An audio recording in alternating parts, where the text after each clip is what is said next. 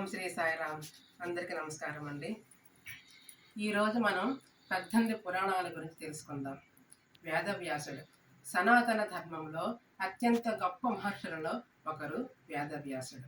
వేదవ్యాసుడు వేదాలను 4 విధాలుగా విభజించి మనకి అర్థమయ్యేలా చేశారు.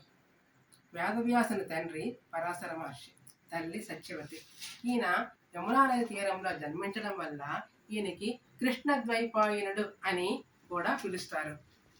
వేదవ్యాసుడు మనకి ఇచ్చిన 18 పురాణాల గురించి తెలుసుకుందాం. 18 పురాణాలను గుర్తుపెట్టుకోవడానికి ఒక శ్లోకం నేర్చుకుందాం. మద్వయం భద్వయం చైవ వ్రత్రయం వచతుష్టయం అనాపలింగ కూస్కాని పురాణాని ప్రతి. మద్వయం మత్స్య పురాణం, మార్కండేయ పురాణం. భద్వయం భవిష్యత్ పురాణం, భాగవత పురాణం. భ్రత్రయం బ్రహ్మపురాణం, బ్రహ్మాండ పురాణం, బ్రహ్మ వైవర్త పురాణం. వచతుష్టయం వరాహ పురాణం, వామన పురాణం, వాయు పురాణం, విష్ణు పురాణం.